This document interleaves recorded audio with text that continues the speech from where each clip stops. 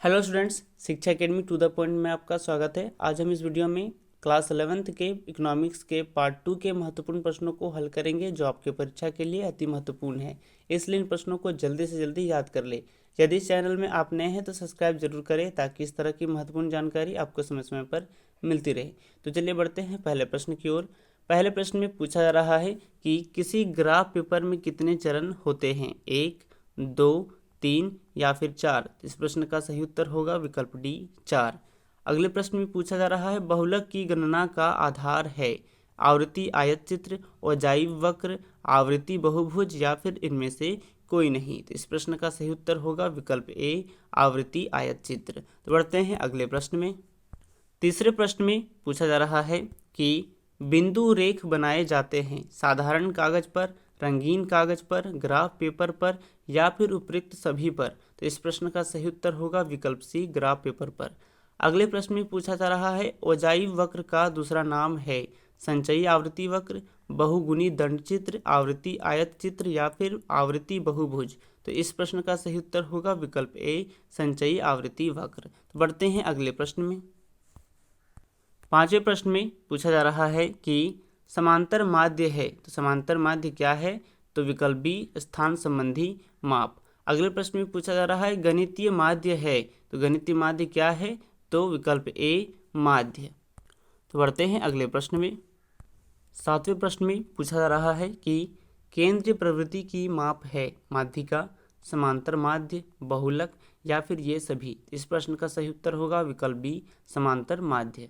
अगले प्रश्न में पूछा जा रहा है चतुर्थक विचलन का सूत्र है, तो चतुर्थक विचलन का सूत्र क्या होता है, तो विकल्प D, Q3 - Q1 divided by 2। बढ़ते हैं अगले प्रश्न में।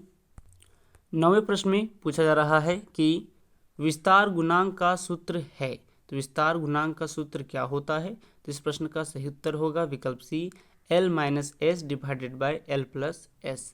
अगले प्रश्न में पूछा जा रहा है निर्देशांक का गुणांक है तुलना का आधार, प्रतिशतों का आधार, संख्या द्वारा प्रदर्शित या फिर उपयुक्त सभी। तो इस प्रश्न का सही उत्तर होगा विकल्प डी, उपयुक्त सभी। तो बढ़ते हैं अगले प्रश्न में।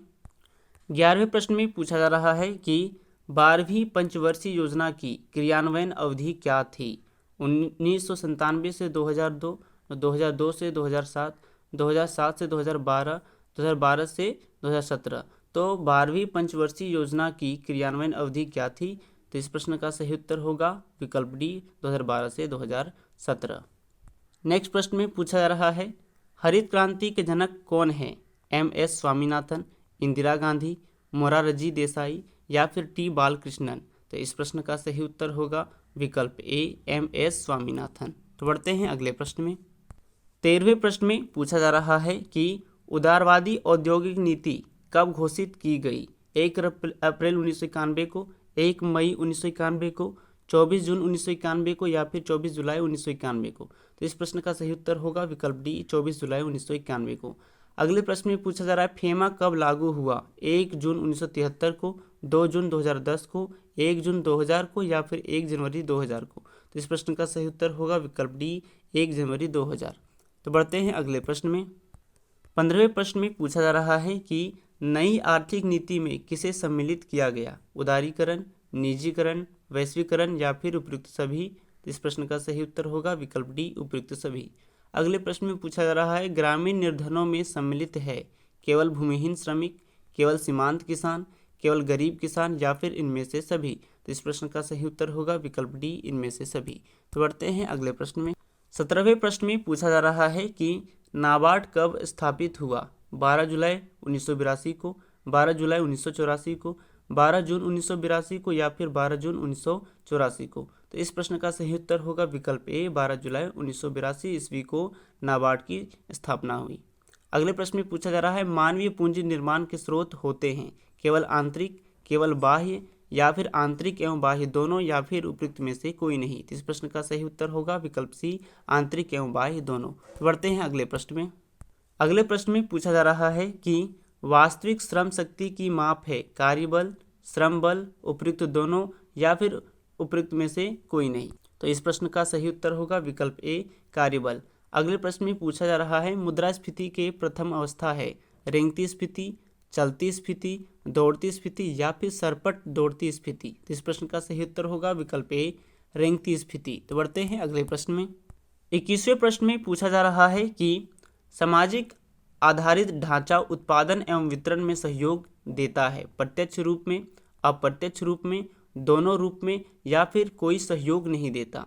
तो इस प्रश्न का सही उत्तर होगा विकल्प बी, अप्रत्यक्ष रूप से।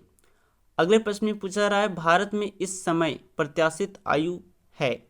तो भारत में इस समय प्रत्याशित आयु कितनी है? 60 वर्ष, 63 वर्ष, 64 वर्ष या फिर 69 वर्ष। तो इस प्रश्न का सही उत्तर होगा विकल्प डी, 69 वर्ष। तो बढ़ते हैं अगले प्रश्न में। अगले प्रश्न में पूछा जा रहा है कि सतत विकास की शर्त है प्राकृतिक संसाधनों का संरक्षण, प्रदूषण रहित विकास, जीवन गुणवत्ता या फिर उपयुक्त सभी। तो इस प्रश्न का सही उत्तर होगा विकल्प डी, उपरोक्त सभी।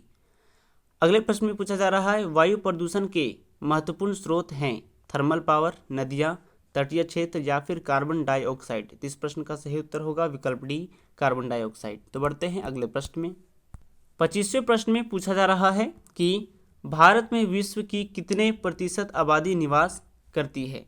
तो इसका सही उत्तर होगा विकल्प सी, 17.5%। अगले प्रश्न में पूछा जा रहा है विश्व में सर्वाधिक आबादी वाला देश है भारत, चीन, पाकिस्तान या फिर उपयुक्त में से कोई नहीं। इस प्रश्न का सही उत्तर होगा विकल्प बी, चीन। तो बढ़ते हैं अगले प्रश्न में। अगले प्रश्न में पूछा जा रहा है कि मानव विकास सूचकांक के अनुसार कौन सा देश इसके संकेतकों में सबसे आगे है। यानी मानव विकास सूचकांक में सबसे आगे कौन सा देश है? पाकिस्तान, नेपाल, चीन या फिर भारत। तो इस प्रश्न का सही उत्तर होगा विकल्प सी, चीन। अगले प्रश्न में पूछा जा रहा है प्रति व्यक्ति आय किस देश में अधिक है? भारत में, चीन में, पाकिस्तान में या फिर इनमें से कोई नहीं। तो इस प्रश्न का सही उत्तर होगा विकल्प बी, चीन। इन सभी प्रश्नों को जल्दी से जल्दी याद करें क्योंकि आपकी परीक्षा के लिए बहुत ही महत्वपूर्ण है। और अगर आप इकोनॉमिक्स की पिछली वीडियो नहीं देखें तो प्लेलिस्ट में जाकर देख सकते हैं। यदि यह वीडियो अच्छा लगा हो तो लाइक, शेयर एंड सब्सक्राइब करना ना भूलें। फिर मिलते हैं अगले वीडियो में नए प्रश्नों के साथ। धन्यवाद।